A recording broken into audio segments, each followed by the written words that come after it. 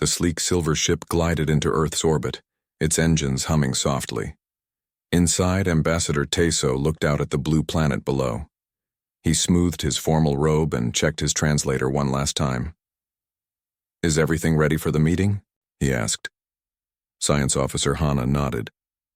"Yes, Ambassador. Our scans show the humans have gathered their leaders at the landing site." Taiso had done this many times before. The Galactic Confederation had welcomed 37 different species already. Each time they followed the same steps. Find a planet with new technology, watch them develop space travel, then welcome them to the galactic family. Remember, Taiso told his team, "These humans are very new to space travel. Our scans show they only invented computers about 100 years ago. They will need our help and guidance." Hana looked at her data screen. Their progress is actually quite fast for such a young species. Most take much longer to reach this stage. The ship descended through white clouds and landed gently in a wide field. Through the view screen, Taiso could see hundreds of humans waiting. They looked nervous and excited. "Time to meet the newcomers," he said. The ship's door opened with a soft hiss. Taiso led his team down the ramp. The air was cooler than on his homeworld, and he felt the strange pull of Earth's gravity. 5 humans stepped forward from the crowd. They wore formal clothes and had serious expressions. One man bowed slightly. "I am Diplomat Kiju. On behalf of all Earth, welcome to our planet." Taiso returned the gesture. "Thank you for your welcome. I am Ambassador Taiso of the Galactic Confederation. We bring greetings from 37 peaceful civilizations across the stars." The humans looked at each other with wide eyes. The tallest one spoke. 37? There are that many other intelligent species?" "Indeed," said Taiso. "And now, we hope Earth will join us. We have much to teach you about space travel, energy production, and galactic politics." Kiju smiled. "We are eager to learn. We have prepared a tour of our world for you. Would you like to see some of our cities and history?" Taiso nodded politely. He had seen this before. Young species were always proud of their simple achievements. It was best to humor them. "We would be honored," he said, "though I'm sure your history is quite brief compared to older Confederation members." Kiju's smile changed slightly. "You might be surprised, Ambassador. We have prepared rooms for you at our finest hotel. Tomorrow, we can begin with a tour of our oldest museum."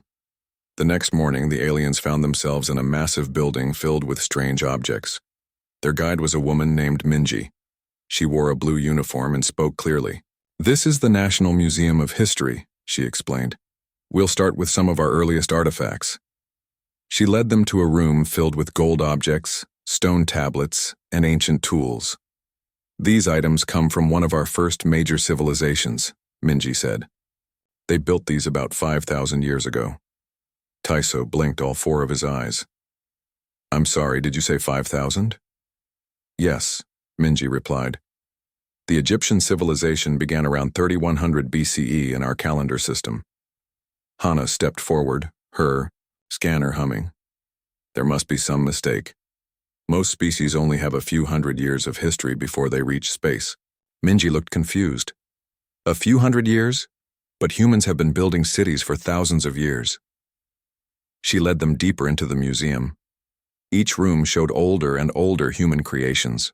Stone tools from 100,000 years ago, cave paintings from 40,000 years ago, ancient cities from 12,000 years ago.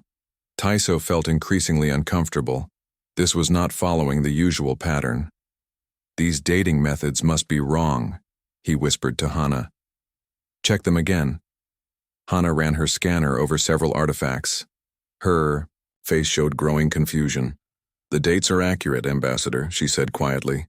"These humans have indeed been developing their civilization for thousands of years, not hundreds." Later that day, back on their ship, the alien team gathered in the meeting room. No one spoke for a long time. Finally, Taiso broke the silence. "If this information is correct, we have made a serious mistake in our approach. Their development path is unlike any species we've encountered," Hana said. "They've been building, learning, and growing for millennia. Not quickly like us, but slowly and steadily. Taiso looked out the window at the city lights below, now seeing them with new eyes. We came here thinking we would teach children, he said softly, but we may have found elders instead. The morning sun shone through the tall windows of the museum as Minji led the alien visitors into a new room. This hall was bigger than the others, with glass cases lining the walls. Inside each case were pieces of pottery, tools, and jewelry. This is our special exhibition on early human cities, Minji explained. She pointed to a map on the wall showing dots all over the world. These are sites where we found remains of the first human settlements. Ambassador Taiso walked slowly around the room. He stopped in front of a small clay pot with simple patterns carved into it. How old is this? He asked. About 9,000 years, Minji replied. It comes from a place called Çatalhöyük in what is now Turkey. It was one of our first large settlements with thousands of people living together. Science Officer Hana moved closer to examine the pot. She pulled out her scanner again. Impossible, she whispered as she read the results. The dating is accurate. Taiso felt his heart's beating faster. This went against everything he knew about species development. In the Confederation, most races went from simple tools to space travel in less than 500 years. None had such a long, slow path as these humans. I would like to visit one of these ancient sites, Taiso said. Is that possible? Minji smiled. Of course. We plan to take you to Giza tomorrow to see the pyramids. They're about 4,500 years old. That night, Taiso couldn't sleep. He stayed up reading the information packets the humans had given them about Earth's history. Wars, empires, inventions, art, religion, thousands of years of human development. It was too much to take in at once. The next day, their transport landed in a hot, dry place. Sand stretched in all directions. And there, rising against the blue sky, were three massive stone structures. The Great Pyramids of Giza, Diplomat Kiju announced proudly as they stepped off the transport. Built around 2500 BCE, the aliens stood in silence staring up at the enormous structures. Even with their advanced technology, the pyramids were impressive. How were these built? Asked Taiso. With simple tools, strong ropes, and thousands of workers, Kiju said. No advanced machinery, no computers, no power tools. Just human hands, clever minds, and time. Hana walked to the base of the largest pyramid and put her hand on the stone. Each of these blocks weighs tons, and they fit together perfectly. A human archaeologist named Junho joined them. He wore a hat to block the sun and carried a tablet with images and diagrams. We're still learning about how exactly they did it, Junho explained. But we know they used ramps, levers, and very precise measuring techniques. He showed them images of the inside of the pyramids, long passages, hidden chambers, and rooms filled with ancient treasures. And this was just the beginning of human architecture, Junho continued. I can show you structures from different time periods all over the world. Throughout the day, the alien delegation visited more sites. They saw ancient temples cut into rock, massive stone circles that tracked the stars, and cities built thousands of years ago that had running water and complex street systems. At each site, Science Officer Hana ran her scans. Each time, the results confirmed what the humans were telling them. These weren't replicas or mistakes. These were genuine artifacts of a civilization that had been developing for millennia. In the late afternoon, they arrived at a dig site where archaeologists were carefully uncovering new discoveries. Workers brushed dirt from white objects in the ground. What are they finding? Asked Taiso. Human remains from about 30,000 years ago, Junho said. Look at this. He showed them a skull that had been fully uncovered. Next to it lay small carved figures and tools. This person was buried with these items. We believe they were important to them, perhaps religious objects or valued possessions. Taiso looked at the small, delicate carvings, a bird in flight, a pregnant woman, an animal that looked like a deer. The skill and artistry were unmistakable. Your people were creating art 30,000 years ago? He asked in disbelief. Yes, and even earlier, Junho said. We found cave paintings dating back 40,000 years. Some simple tools go back hundreds of thousands of years. As the sun began to set, casting long shadows across the ancient land, Tyso stood apart from the others. He looked out at this planet that had nurtured a species for so unimaginably long. A species that had built and learned and grown over time, spans that made his own civilization seem like children. On the flight back to the city, Tyso sat quietly while the other aliens discussed what they had seen. The evidence was clear. Humans weren't newcomers rushing into the galactic scene. They were ancient beings who had walked a very different path to the stars. "We need to completely rethink our approach," he finally said to his team. "And we need to inform the Confederation immediately. Everything we thought we knew about species development may be wrong. Remember to cite any information you get from web searches using tags. For example, quoted text from the search results, the alien ship hummed with activity as the team prepared their report." Ambassador Tyso sat at the main table, surrounded by data screens showing images of Earth's ancient sites. The rest of his team worked quietly, each lost in their own thoughts about what they had discovered. "The council meeting starts in 1 hour, Communications Officer Doyen said, looking up from his station. "They're expecting our standard new species report." Tyso nodded slowly. "This will not be a standard report." He looked again at the images floating before him. The pyramids of Egypt, stone temples in Cambodia, ancient Chinese palaces, Roman aqueducts, each built hundreds or thousands of years before humans had even discovered electricity. Science Officer Hana approached with a new data tablet. "I've completed the comparative analysis," she said, her voice low. "The results are unprecedented." She placed the tablet on the table. A chart appeared, showing the developmental timeline of every known intelligent species in the Confederation. Most followed a similar pattern, a few hundred years from basic tools to spaceflight. The Varisi took 340 years from first written language to space travel, Hana explained. The Kalans took 412. Even the Tyrillians, previously the slowest developers we'd encountered, took only 970 years. She touched the screen and a new line appeared on the chart. It stretched far beyond all the others. "Humans," she said simply. "Over 10,000 years of continuous civilization. Nearly 300,000 years as a distinct species, and they're still in their early space development phase." The room fell silent as everyone stared at the chart. "It doesn't make sense," Medical Officer Jiwoo said finally. "Why would they develop so slowly? It's inefficient." "Perhaps that's why they survived," Tyso replied. "Look at their biological data. Their cells show adaptations to countless environmental changes. They've lived through ice ages, massive climate shifts, diseases that nearly wiped them out. They've had time to develop remarkable resilience." The screen changed to show human DNA next to other species. Certain sections were highlighted. "Their genetic code contains markers we've never seen before," Hana continued. "Signs of adaptation to radiation, temperature extremes, varying oxygen levels. Their bodies remember challenges that happened thousands of years ago." Doyen looked troubled.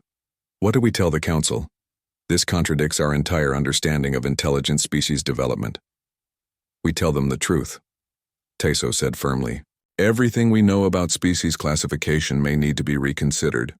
1 hour later, the ship's communication chamber glowed as the holographic images of the Confederation Council appeared. 12 senior representatives from the oldest member species sat in a semicircle, their expressions serious. "Ambassador Tyso," the head counselor began, "we expected your report yesterday. Is there a problem with the human integration process?" Tyso stood tall. "Counselors, I must report findings that will challenge our fundamental understanding of species development. The humans are not what we expected." For the next 30 minutes, Tyso and his team presented their evidence: the ancient structures, the continuous cultural development, the biological adaptations. With each new piece of information, the council members grew more agitated. "This cannot be correct," one counselor interrupted. "No species develops this way. Your dating methods must be flawed." "We have verified all data multiple times," Hana replied calmly. The evidence is clear. Humans have been building civilizations for over 10,000 years. Another counselor leaned forward.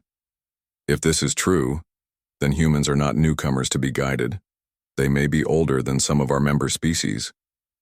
That is our conclusion as well, Taiso said. Furthermore, their unique developmental path may offer insights none of our species possess. They have experienced countless societal collapses and rebuildings. They have preserved knowledge through dark ages and catastrophes. The head counselor's expression was grave. This changes everything about our approach to Earth. If humans are indeed this ancient, they must be treated with appropriate respect.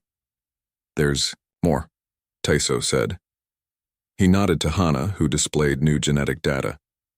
We've discovered similarities between human DNA and several Confederation species, including the Nalari and Visoni. The markers suggest a possible common ancestor. The chamber erupted in shocked voices. The implications were enormous. Are you suggesting humans might be related to existing Confederation members? The head counselor asked when order was restored. The evidence points that way, Hana replied. Or perhaps they encountered those species in Earth's distant past. We need more research to be certain. When the meeting ended, new orders had been issued. The human welcome ceremony would be completely redesigned. The diplomatic approach would change from guidance to mutual exchange. And a team of the Confederation's top scientists would be sent to Earth to study this most unusual species. As Taiso looked out at the blue planet below, he felt a strange mixture of humility and excitement. In all his years as an ambassador, he had never been so wrong about a new species. Humans weren't children just learning to walk among the stars. They were ancient beings who had taken a different, slower path to reach the cosmos. We came to teach them, he said softly to himself. But I believe they may have more to teach us. Rain fell softly on the glass roof of the library as historian Sungo carefully turned the pages of an ancient book. The Alexandria Library was not the original, that had burned thousands of years ago, but it housed millions of texts from human history. For the past week, Sungho had been reading day and night, trying to understand the strange path humans had taken. Ambassador Taiso sat across from him, watching as the historian's 6 fingers gently touched the fragile paper. Have you found anything useful? Taiso asked quietly. Sungho looked up, his eyes tired but excited. More than useful, Ambassador. I've found something that changes everything we thought we knew. He turned the book so Taiso could see it. The pages showed strange pictures, humans bowing before tall beings who came from the sky. The beings had large heads and slender bodies. These drawings are from ancient Egypt, Sungho explained. They show visitors from the stars. And look at the descriptions. He pointed to symbols beside the pictures. The translation talks about pale beings with large eyes who taught humans about the stars and how to build great structures. Taiso leaned closer. Many primitive cultures have sky god myths. True, Sungho said. But these descriptions match exactly with the Kaidarians. Taiso froze. The Kaidarians were an ancient species that had disappeared over 8,000 years ago. They were among the first members of the Confederation before they mysteriously vanished. That's impossible, Taiso whispered. The Kaidarians never mentioned Earth. Perhaps they didn't report all their activities, Sungho replied. But there's more. Over the next hour, Sungho showed Taiso texts and artifacts from different human cultures, all showing similar visitors. Ancient India, China, South America, Africa. Each had stories of beings from the stars who shared knowledge. And look at this, Sungho said, opening a digital display. This is a genetic study of human DNA from ancient remains. There are strange markers that don't match any Earth species. Taiso felt his heart's beating faster. Are you suggesting the Kaidarians interbred with humans? I'm suggesting they might have modified humans in some way, Sungho said. Perhaps as an experiment. Or to help them develop faster. The rain grew heavier outside as they sat in silence, considering the implications. If you're right, Taiso finally said, then humans aren't just older than we thought. They might be connected to the early Confederation itself.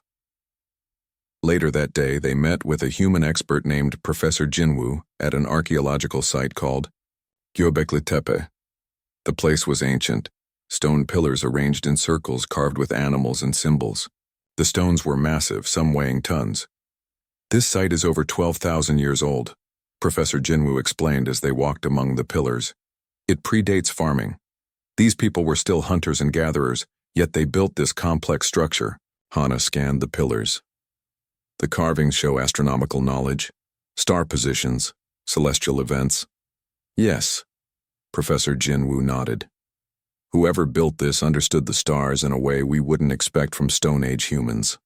Sung-ho approached, one pillar with a strange carving, a being with an oval head and large eyes. What do you know about this figure? He asked carefully. Professor Jinwu smiled. The visitor carving. There are many theories. Some call it a shaman in a ritual mask. Others believe it represents something not from Earth. And what do you believe? Taiso asked. The professor looked up at the sky, now clearing after the rain. I believe humans have been watching the stars for a very long time, and perhaps sometimes the stars were watching back. That evening, Taiso's team gathered in their ship to discuss what they had learned. The evidence was disturbing, but fascinating. If the Kaidarians visited Earth thousands of years ago, Doyun said, why didn't they help humans advance more quickly? Perhaps that wasn't their goal, Hana replied. Maybe they were studying natural development, or maybe they were running from something and hiding among humans. Medical Officer Jiwoo added her thoughts. The genetic markers could explain humans' unusual resilience.